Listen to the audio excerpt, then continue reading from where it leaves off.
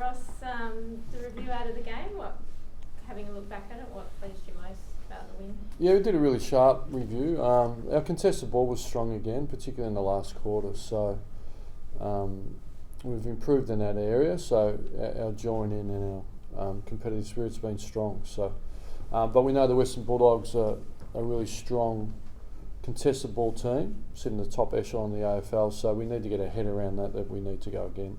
How do you handle a milestone game like this one? Do you make a lot of it going through? Do you play a big video of Monday highlights or? Yeah, like it gets thrown around the figure of 300, but if you really drill into that, and you know, I have the privilege of being close quarters and also seeing the challenges of playing one AFL game, let alone 300. So when you're really close to it and you see really what goes on, it's a privileged position to see the challenges and to make it at AFL and be a top flight player for that long. Your quality is just, you've got to be of extreme quality and mental toughness. So David's, it's really important therefore that you celebrate it, but the club's always bigger than the individual, no matter how big the milestone. So, you know, we had Matthew Pavliches, the only second WA person to, you know, play 300 will be David along with Matthew. So we handled that well. It's about doing it the right way, what the player's comfortable with. Everyone's different, but so we'll tailor it to David and Sally in the right way and celebrate it as it should be. What we need our players to do is show their respect for David through their actions against the Bulldogs, because talk's cheap. We can celebrate it with words, but we need to celebrate it with deeds. So it's important, but as always, the emotion's not going to get the 4 points. The aim is to bank 4 points, and so we need to commit to our process of preparation and competing against what the Bulldogs got their backs to the wall. They'll be stung by last week, particularly in the midfield. So Bontempelli, McRae, Liberatore, they're great players who I'm expecting a fierce response, and our players should too. Ross, David Mundy, the 300, but where's he standing in the game, not only just as a player but as a person?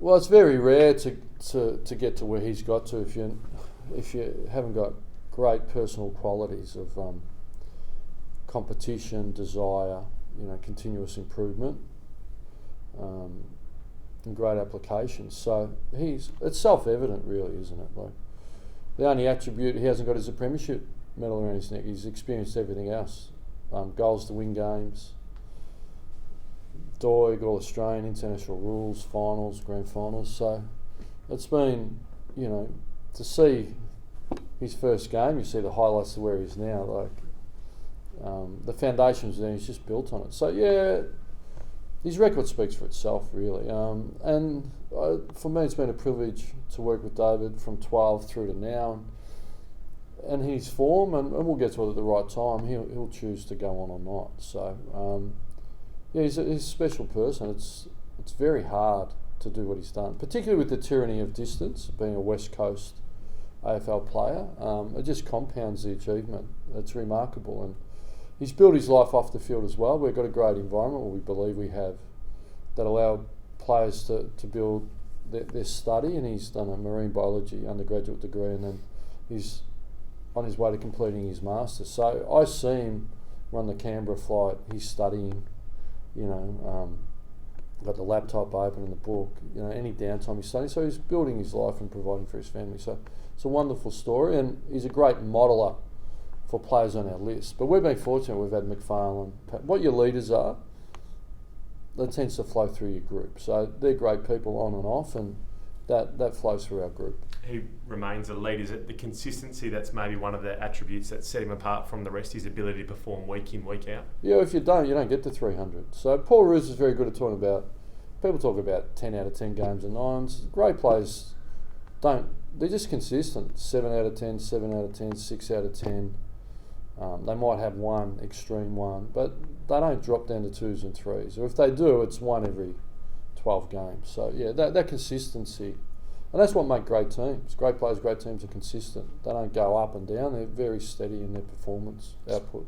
Speaking of which, the consistency, are you pretty happy with that in the first 5 rounds from your side? We've certainly been consistent of effort and competition. We just focus on the process, which is training hard and understanding the opposition and going and committing to our game style. So we've been in every game, and the outcome's been 3-2. But out of our defeats, we learnt what we need to improve. But unfortunately, they don't count for anything. So yeah, the ball's bounced, we all start square, we've got to bring it to life again. Kind of likely to see get an AFL gig this week, or do you need to give him, seeing as he's missed so much? Well, he still needs to get through the final session, as we all do. When you're winning, means people in form. It's a very tough spot to get into. It's more unlikely than likely, but he's conditioned to be able to play if we need him. The Len Hall game, Ross. What's your take on the importance of the Len Hall game to the footy club? It's something that done well, really there's every home and away game's worth 4 points, but there's marquee slots that you get to engage your community and the wider city. So the Len Hall game for us has been going for 24 years. He was the last Western Australian Anzac to pass away out of Gallipoli, so it's important to remember your past and honour it, and that the way we do that is bring the Docker community together and celebrate that and recognise that and show respect to that. So it's a significant event on our calendar. Our club does it very well, and it's a slot that we really covet and will continue to covet. And again, the players need to respect that through deed also. Do the players get educated about that sort of history, the Fremantle role in the Anzac tradition? Well, to a point, yeah. Particularly our development group, you can't just churn out the same lesson to your group that have been through it. But and we don't talk about football being war without weapons or anything like that. Everyone's got their own analogies, but for us, it's really a significant period in Australia's history, particularly WA, with the Anzacs leaving out of Fremantle and going down to Albany and getting on the boat. So, but what you've got to do is show your esteem and your respect the occasion through great effort, and that's what we aim to do. Ross, just back on Connor, is it the intensity that might sort of test him, given that he's had some significant time out of the game, or is it more just the match fitness and the condition that he does? Well, I think you just keep it really simple. He hurt himself pre-season. He hasn't played a competitive game of Australian rules, bar training. So, I mean, the odds are against him being picked. But, I mean, have done it before. So, it's good that if we needed to, but it's probably unlikely. And Connor would understand that. So we're not breaking news here. Sorry, Ross, you've lost your man. McCarthy could he potentially come in and just shuffle the rest of the guys around to replace Taylor? Or We're still getting to it. We're working through the Bulldogs now. We've got a couple of coaches out the back diving through. So Cam's got to come in and train. And as always, on your first session of the week, you have a number of guys sore and that wouldn't have trained. So Ryan didn't train, Cox didn't train, Materia didn't train. There was a number of them, Chera. So it's a bit about conditioning. We're always nervous till we get through our last session and you get to finalise the team. But it's disappointing to lose Taylor. He learns a lesson. But we'll get to the team and pick it at the right time. But yeah, we think McCarthy will be available and demands only unavailability at the minute. How did you see the setup down there with Cox instead of McCarthy? Was it much different? Or? Yeah, no, that's a good question, really.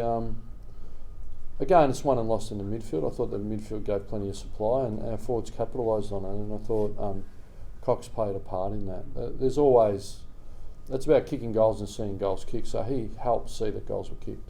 Ross, the injuries to your older players, Ballantyne again getting his hamstring, what are your frustration levels like now with these injuries that keep coming up for Sandilands, Hill, Ballantyne?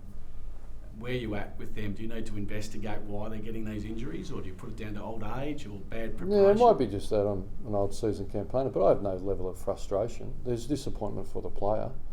I know that our conditioners are elite. Three-quarter time against St Kilda, Fife's knocked out, Brad Hill's got a cork. They're as good a running team in the competition, and we outrun them and work them. We go up GWS, three-quarter time, great running team.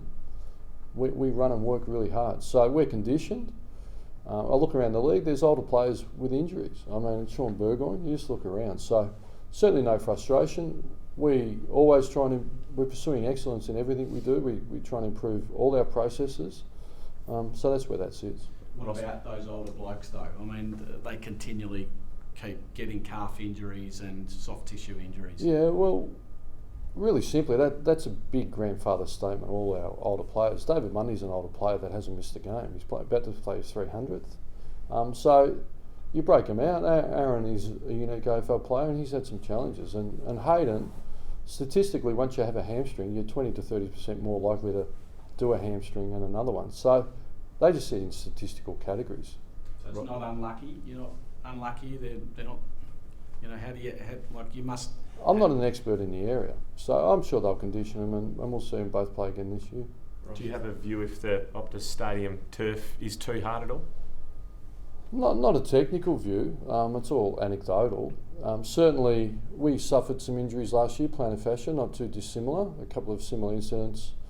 So I understand the frustration.